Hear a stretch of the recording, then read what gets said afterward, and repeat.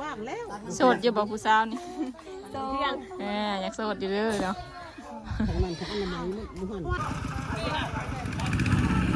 ทักทายสวัสดีเด้อเนาะสักพักพามาเบิ่งหมู่บ้านพาผู้ไทยบ้านสักพักพระเจ้าใหญ่เหินใหญ่เหินด้วยรถไทย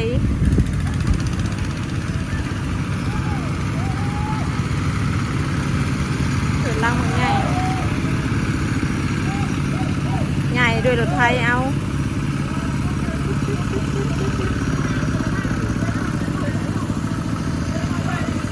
ผู้สาวผู้แก่มานั่งเบิ่ง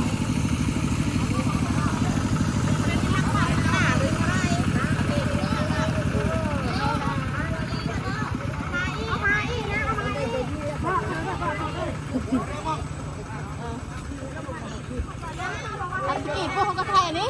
ให้กันมา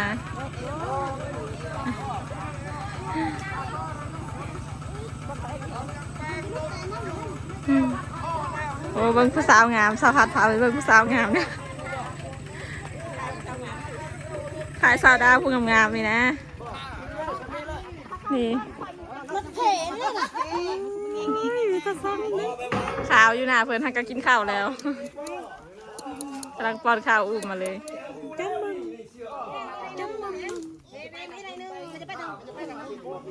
โอ้สิมาทางนี้นะไปทางเต้าแหลกนะเพื่อสิแล้วเจ้านี่เนาะเจ้าพี่คุยหน่อยเจ้านี่นะมันเทเลยมาไปบอกผู้เชี่ยวชาญมานะรถไทยจะขันบ่นางผ้านี่จะคล้องเหินนี่งามๆสาวผู้ไทยบ้านสักคัดนี่นะเหินเคยกันนี่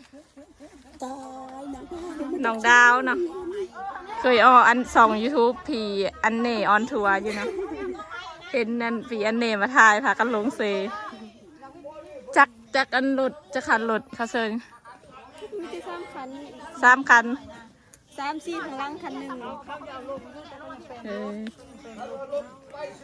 มันตกจากมันลุกขันไม้นี่จะมีขันตัวนี้มันลุกเลยข้าเจ้าจ้างนั้นคนมาย้ายเหินนี่11 ล้านกีบเนาะประมาณหมื่นกว่าบาทรถไทยนี่ไล่คันเลยเนาะได้เสียก้อนเจ้าซื้อแต่ว่าโต๊ะที่ขับทางหน้าทางล่างนี่แม่นมีแต่ประมาณ4 คันเนาะทางล่างคันหนึ่งไปทางเลิกอันนี้ทางหน้า3 คันสมัยตะกี้มันจ้างนะเห็นเอาเนาะไปไล่คนนะเห็นทีเห็นหมด7มา6ประมาณนี้มาห้ามเหินเป็นลังเนาะไปไล่คนห้ามใส่กันเดี๋ยวนี้เขาเจ้าใหญ่ด้วยรถไทยแล้วตะกี้มันไล่คนเลยห้ามใส่กันก่อนต่อนี้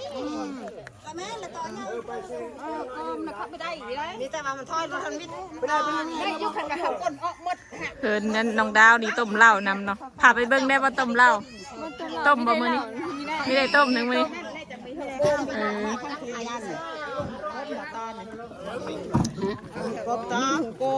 ข้าเจ้าพักแล้วต้มเหล้าเนาะ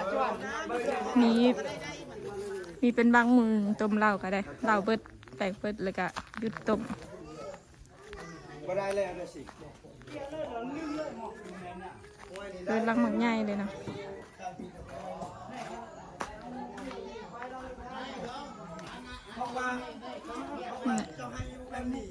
เดินมองก้าวมันอยู่นี่โอ้ทางล่างนี่เขาจะเสื้อเต้นคันหนึ่งตัวขับถอยลังเนาะทางนี้ตัวทางหน้า3 คันก็ขับไปหน้าเลยไง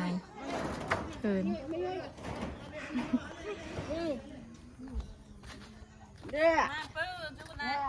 นี่บอต้มเหล้าเนี่ยมื้อนี้ไม่ได้ต้มเหล้า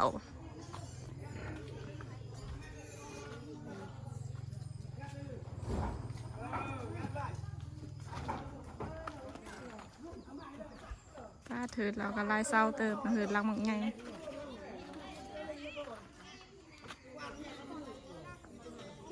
แม่มันถือตาแดดเนาะ18 เศร้าคุณนะคือตาป้าโทษลังใหญ่เติบจะคัดมามื้อนี้แม่ข้าเจ้ามีต้มเหล้านะเพราะว่าข้าเจ้าคาใหญ่เพิ่นผู้สาวเพิ่นก็พูดสาขาไทยยังโสดอยู่นะผู้สาวลอย เราเป็นอัพโพแล้วนี่จะผืดพักโซนโผล่หมดเลยแถวนี้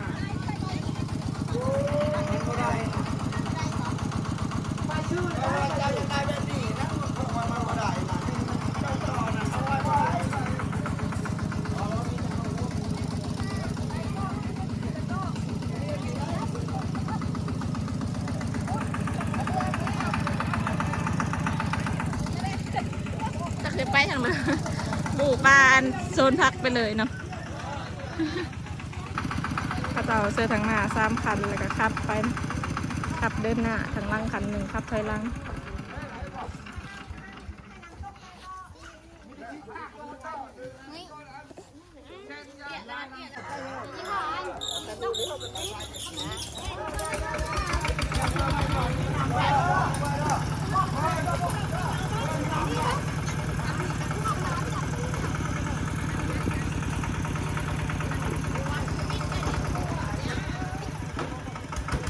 คนก็มีไล่ก็เลยคือสักพัดเคยไทยอยู่คลิปหนึ่งนะยูเคสุรบดนะเขาเจ้าเสื้อรถไทยไล่ขันแล้วก็ไล่คนซอยกันเนาะอันนี้มันได้ไปเลยรถไทยกับมีไปเลยเนาะเพิ่งคันเดียว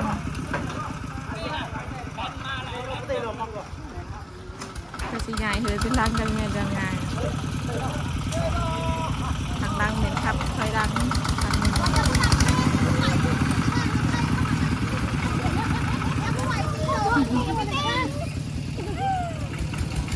ไหวว่าไม่ได้ยังได้ใจรถไปห้ามันลุกขัดเอวจะไม่ได้ทำหรอก มันคงจะซึ้งไง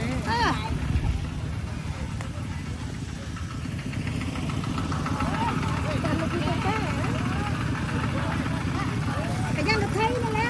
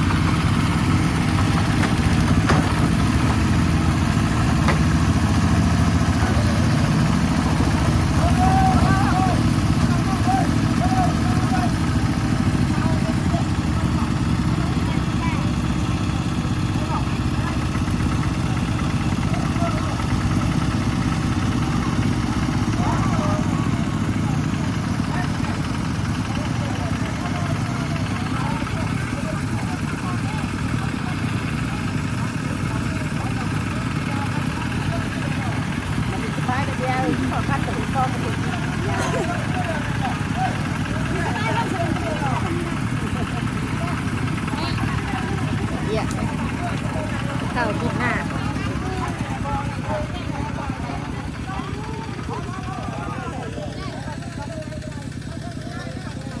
นั่นดูซากบจะคล้องเหินไปดูแล้วตามไว้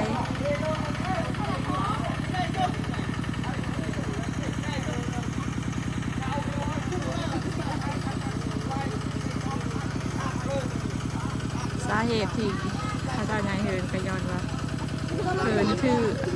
ตั้งอยู่บนดินของหลับดินของบ้านของเบิงเป็นดินแบบว่าดินดงนะคะเจ้าเอิญก็เลยต้องได้ยายน้ำวางมือรถไทยหนักได้เขาตีเลยรถไทยหนักได้เจ้ากับมันขดแต่เจ้ารถไทยอ้อยแล้วก็มันงัดเช่านั่นเช่านั่นแต่เจ้ามันขดอยู่แล้วได้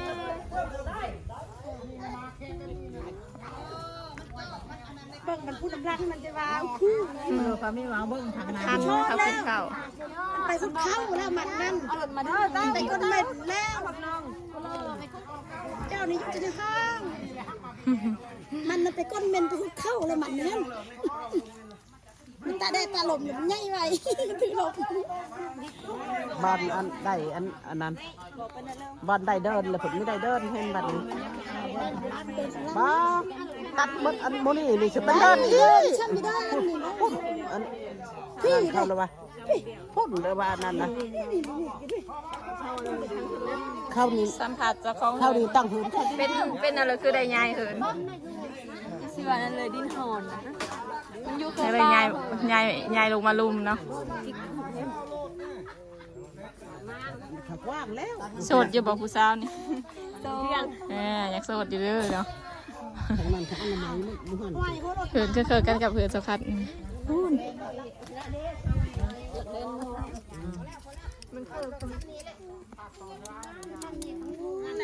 แม่ร้านเราอันนั้นก็ต้มเหล้าหาย ดินมันต้องนำมาให้สกามันต้องเห่าซึ่งเห่าดินเข้าในดินเลยมันต้องเดินดิชับเลยนะมันว่ำเลยขั้นตอน ว่ำแล้ว มันขึ้นใจกับว่ำ ไปกินมา ดิชับจนตายจริงๆว่าปุ๊บปับได้น้องนะเอาบ้าน้องเอาบ้าน้องนะได้ให้น้องเบิ้งได้แล้วให้น้องได้แทงกันน้องเอาบ้า เท่ น้อง เชื่อว่าเท่เชื่ออันนี้ได้ดูอันนั้นที่ระบาดมาเข้าแววมาบ้างนี่ เดินทุกป้ามาเคย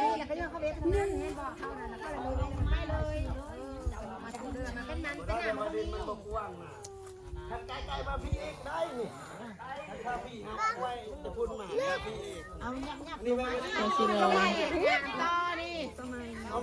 จะไปกับมัน นี่แม่ตาใหม่ค่ะมันต้องอ้อมนะตาใหม่ ภาษาผู้ไทยบ้านสักคัดหลายๆคนว่ากับสำเนียงแบบนี้แหละผักเอานะบางคนว่าสักคัดเบาภาษาผู้ไทยคือนี่คือภาษาผู้ไทยนะภาษาผู้ไทยบ้านสักคัดเป็นเบาสำเนียงแบบเส้งเข่งกระดาษก็คือสักคัดเบานี่คือผู้ไทยบ้านอื่นเป็นเบาโบนนะมีสำเนียงห้างเส้ง สาวไปลา30ป้ายหูเท่าไหร่หูก่อนสาวเท่านะ บ่ดับจากลานจัง ก้อนเก้านะ11 10 ล้าน5 แสน10 ล้าน 5 แสนกีบนะที่แรกสักคัดคิดว่า11 ล้าน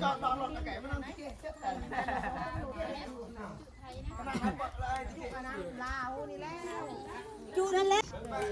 เขาก็กินอิ่มเลยตอนนี้ก็อาหารเลย พระเจ้าใหญ่มาหอดจุดบอลสี เพราะเลยอันแค่แต่ยา เหินเลยนะมีแต่เอาตีนเซามาเซอร์เขาเจ้าผักกินข้าวก่อนแล้วเอาตีนเซามาเซอร์กันแล้วสักพักกับเมทาเบิ้งจนแล้วนะเพราะว่าทาลูน้อยเด้อทาซาไข่มุกมาเบิ้งจุด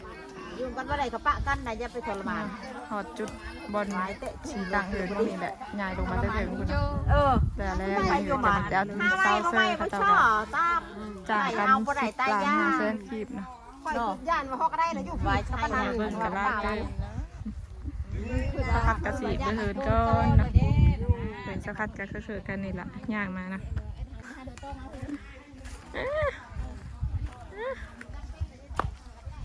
เฮ้ยก็คือกันเนาะเด้เหินสักพัดก็อยู่ทางนี้ตาซาไข่มุกมาตักแดด